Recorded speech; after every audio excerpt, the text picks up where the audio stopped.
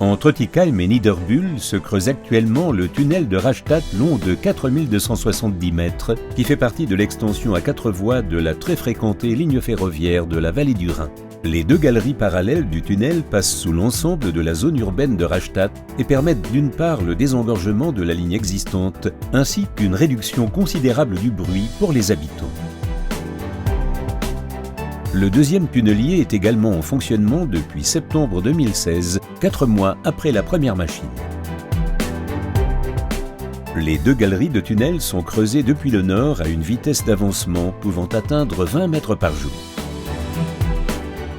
Les tunneliers sont comme des mini-usines souterraines. Les équipes de creusement et les matériaux sont amenés jusqu'à la machine par wagon d'approvisionnement. La boue bentonite servant de liquide de soutien ainsi que l'air frais sont transportés jusqu'à la tête de la machine à travers différentes conduites. En raison de la situation géologique à Rastatt, les 2 galeries ne peuvent être construites qu'à l'aide de tunneliers et d'éléments de cuvelage. 14 vérins de poussée s'appuient sur le dernier anneau de cuvelage pour pousser vers l'avant la roue de coupe de 11 mètres de diamètre. Dès que la distance gagnée est suffisante, le creusement s'arrête et l'anneau de cuvelage suivant est installé. Ensuite, 12 moteurs d'une puissance totale de 2000 kW remettent en mouvement la roue de coupe de 208 tonnes. À l'aide de la bentonite, les déblais engendrés sont ensuite pompés via des conduites situées dans le tunnel déjà construit jusqu'au site de traitement du chantier nord. Il y a un site de traitement pour chacune des 2 galeries du tunnel. Ici, bentonite et déblais sont séparés. Les déblais sont triés selon leur granulométrie en plusieurs étapes. Dans le cas de Rastatt, on obtient des sables, du gravier et des particules ultra fines. Avec un débit volumique de presque 5000 m3 par heure, l'installation complète est l'une des plus grandes de ce type au monde. Les différents composants sont déversés à l'aide de convoyeurs à bande. Le sable et le gravier sont des matériaux utiles dans la construction. Ces déblais sont revalorisés. Au total, 55 000 chargements de camions seront ainsi évacués sur toute la durée du chantier.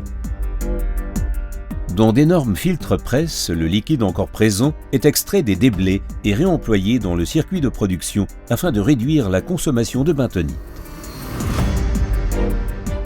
Dans l'installation, le mélange de bentonite est également retraité avant d'être renvoyé jusqu'au tunnelier par les conduites du tunnel.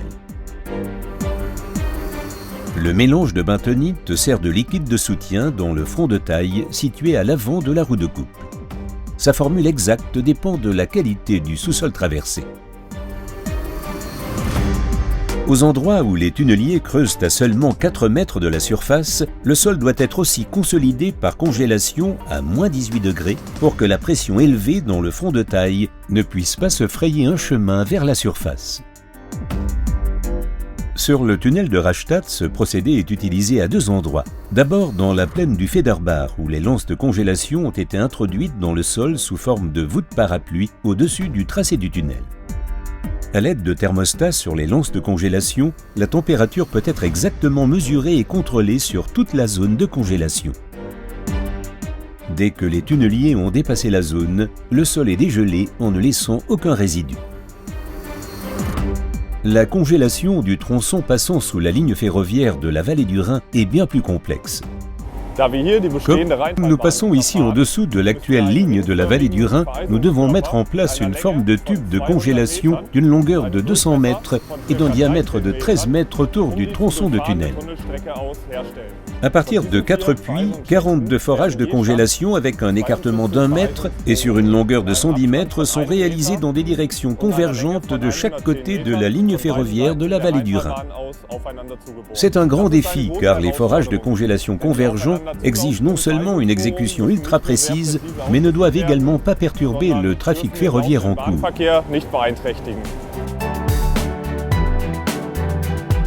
Pour les forages des lances de congélation, un procédé spécial combinant forage sous fluide et jetting est utilisé. Dans le cas présent, la tige de forage est enfoncée hydrauliquement dans la terre. À l'aide d'un fluide bentonitique, le sol est remonté du forage par nettoyage. Le fluide assure la stabilité du trou de forage et permet ainsi des forages de longueur importante. À l'aide d'une mesure optique complexe du forage, la position de la tige de forage peut être à tout moment contrôlée et corrigée. Le tunnelier de la galerie Est passera sous cette zone durant l'été 2017. Le deuxième tunnelier suivra également dès l'automne. D'ici là, les deux tunneliers auront installé la majeure partie des quelques 30 000 éléments de cuvelage qui composent le tunnel. Les modules en béton hautement précis sont préfabriqués par la société Max Bögl dans son usine du Haut-Palatinat, puis amenés à Rastatt en train. Chaque semaine, 4 trains livrent 161 éléments de cuvelage à Rastatt. Ils sont ensuite amenés en camion jusqu'à l'entrepôt du chantier nord. Chaque élément possède un numéro et un emplacement prédéterminé dans le tunnel. La livraison à flux tendu des bons segments de cuvelage pour les deux tunneliers exige une logistique pointue. Outre les voussoirs, le mortier utilisé entre l'anneau de cuvelage en béton et la terre est également amené au tunnelier en train à travers le tunnel. Dès que le tunnelier a avancé de 2 nouveaux mètres, il s'arrête et un nouvel anneau de béton est mis en place. Pour cela, les vérins hydrauliques des pressoirs se rétractent brièvement, les nouveaux éléments de voussoir sont manipulés par un effet ventouse, puis positionnés au millimètre près par les recteurs. Les vérins hydrauliques poussent ensuite l'anneau de cuvelage contre le dernier anneau et l'équipe de creusement visse l'élément. La clé de voûte est intégrée par l'avant. Un anneau complet de 80 tonnes est terminé en 40 minutes. Dès qu'un nouvel anneau est installé, la roue de coupe se remet en mouvement et le creusement continue. Grâce à divers systèmes de surveillance, le conducteur est constamment informé de la position exacte du tunnelier. La direction de creusement de la machine est commandée via les vérins de poussée qui s'appuient contre le dernier anneau installé. À l'arrière du tunnelier, les conduites d'alimentation et d'évacuation et la voie ferrée provisoire sont continuellement rallongées.